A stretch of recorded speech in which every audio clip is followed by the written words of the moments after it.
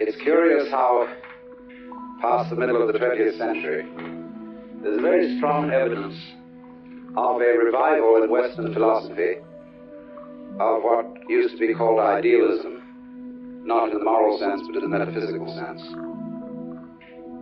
That is to say, of the feeling that the external world is in some way a creation of the mind. Only we come to this point of view with very different assumptions than were held by people like Hegel or Berkeley or Bradley, great idealists of the European metaphysical tradition, and probably rather more akin to similar trends in Buddhist philosophy, emerging from India about 400 AD. The difference of approach, the difference of the way in which today this thing arises, and the way in which it arose in the thought of a man like Bishop Berkeley, is that the new idealism has a kind of curiously physical basis. When one would argue, everything you know is in your mind, and the distance, the feeling of externality between you and other objects and people is also a content of consciousness. And therefore it's all your consciousness. This, of course, created all sorts of weird feelings. Are things there when I'm not witnessing them, or is there anybody else there? Or are you all my personal dream? And one has only to imagine a conference of such people, of solipsists, those who believe that they alone exist, arguing as to which one of them is really there, to make the whole idea rather laughable.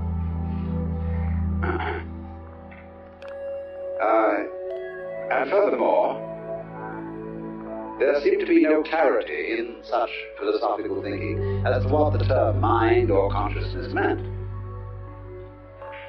It had long associations with the miasmic and the gaseous by way of images. Mind and soul and spirit were always vague and formless. And matter, by contrast, was very rugged, craggly. And how these two ever influenced each other, nobody ever could decide. Because all properly behaved ghosts walk straight through brick walls without disturbing either the bricks or the ghost. And so how can a mind incarnate in a material body move that body in any way? This was always a puzzle. So people began to think that the differentiation between mind and matter was of no use. Because actually what happens in making such a differentiation is that you impoverish both sides of it. When you try to think of matter as mindless, or mind as immaterial, you get a kind of a mess on both sides. It's the same way when you get a mystic who's not a bit of a sensualist, and the sensualist is no whit of the mystic. Such a sensualist is boring. Such a mystic is a fanatic. Too spiritual. It's the same when we divide the medical profession from the priesthood. Both are losers. Not just because they lose their so-called opposite half, but the problem is when you separate a doctor from a priest, you do more than create a specialization out of what was originally one field to create two specializations. Because a priest-physician is more than a priest plus a physician. By having, as it were, the binocular vision from medicine and from religion. He just doesn't see two added areas. He sees the area in 3 dimensions as a result of this combination. Well, in a similar way, when we have the concepts of mind and matter working separately, both are impoverished. Mind becomes vague kind of gas, psychic gas, and matter becomes mere stuff. But you see, what has enabled us to make a transition is, first of all, above all, I would say, 2 sciences, biology and neurology. Because through biology, and to some extent physics, the method of physics has shown us that the idea that man can be an objective observer of an external world that is not himself, so that, as it were, he can stand back from it and look at it and say, what is out there? We see that this cannot be done. We can approximately do it, but we cannot really and fully do it for 2 reasons. One, the most important reason, is that the biologists will show us very clearly there is no way of definitively separating a human organism from its external environment. The 2 are a single field of behavior. And then furthermore, to observe something, either simply by looking at it, or more so by making experiments, by doing science on it, you alter what you're looking at. You cannot carry out an observation without in some way interfering with what you observe. It is this that we try when we're watching, say, the habits of birds, to be sure that the birds don't notice us, that we're watching. To watch something, it must not know you're looking. And of course, what you ultimately want to do is to be able to watch yourself without knowing that you're looking. Then you can really catch yourself, not on your best behavior, and see yourself as you really are. But this can never be done. And likewise, the physicist cannot simultaneously establish the position and the velocity of very minute particles or wavicles. And it's in part because the experiment of observing nuclear behavior alters and affects what you're looking at. This is one side of it. The inseparability of man and his world, which deflates the myth of the objective observer, standing aside and observing a world that is merely mechanical, a thing that operates like a machine out there. The second is from the science of neurology, where we understand so clearly now that the kind of world we see is relative to the structure of the sense organ. That, in other words, what used to be called the qualities of the external world, its qualities of weight or color, texture, and so on, are possessed by it only in relation to a perceiving organism. The very structure of our optical system confers light and color upon outside energy.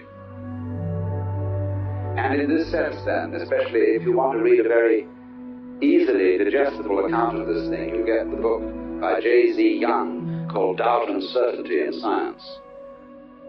But you see, here from a new basis altogether, we have a new answer to the old riddle. If a tree falls in the forest where nobody is listening, does it make a noise? The answer in terms of modern science is perfectly clear. That the falling tree creates vibrations in the air, and these become noise if and only if they relate to an eardrum and to an auditory nervous system. Just as in ordinary drums, however hard you hit, the drum will make no sound if it has no skin. Because sound is not something that exists in the external world. Sound is a relationship between vibrating air and certain kinds of biological organisms. And therefore it is these organisms which confer what we call sound upon a vibration which in an earless world would make no noise. Now you see, that is perfectly clear and straightforward. But now we can dare we take certain steps from that? Could we say, for example, that before any organisms existed, there was no world? And what we're talking about when we talk about a world prior to the existence of organisms is what is called an extrapolation. Let me explain extrapolation for a moment. Supposing you have a map of Kansas, and you want, from the evidence contained in the map, to guess at what kind of territory lies beyond its edges. Well, naturally, you will extend those straight line roads, off and off and off. That's the only basis you've got to go on. Nothing in the map of Kansas would warn you that a little way west you will encounter the Rocky Mountains. The roads will have to wiggle. And still less will warn you that you're going to encounter the Pacific Ocean way out beyond, where you can't build any roads. So naturally, you see, extrapolation, we extrapolate from what we know to the unknown. And so one might say then, is the existence of a universe before there were any living organisms an extrapolation? All we are saying is this is how things would have been if we had been around. But we weren't, so it wasn't. That is a possible argument. Although in the climate of opinion today, it is one that is not fashionable. You must watch out above all for fashion in philosophy, fashion in science. There are completely irrational functions that govern what is or what is not a respectable scientific opinion. And although there is very careful work done, very valuable and thoughtful experimentation, always in the background of this work, there are these irrational fashions of what is believable and what is not. Many things that we accept today were completely unbelievable. We are always coming across this. Authoritative pronouncements that no one will ever reach the moon because of uncontrovertible evidence about this, that, and the other. But nowadays we have swung over perhaps to be a little bit too uncritical. And as Norbert Wiener warned in his book, The Human Use of Human Beings, we must not take science as a sort of fairy godmother. Say, well, we have all these problems of overpopulation and lack of water and so on, but science will solve it, don't worry. So that's the other extreme. But there are these fashions. If I can possibly realize that the way the world is evoked by the structure of my organism, it is that way. All mountains and suns and moons and stars are the inhabitants of a strictly human world. Perhaps insects, with their different sense organs, have a very different universe. That is an insect universe. This is, again, it seems to be a recrudescence of what used to be called the pathetic fallacy, which was the attribution of human qualities and emotions to natural phenomena. The wind sighs in the trees. My heart is sad. And somebody comes along and says, it isn't the wind that's sighing, it's you. True or not true? Because you wouldn't be able to sigh if there were no wind.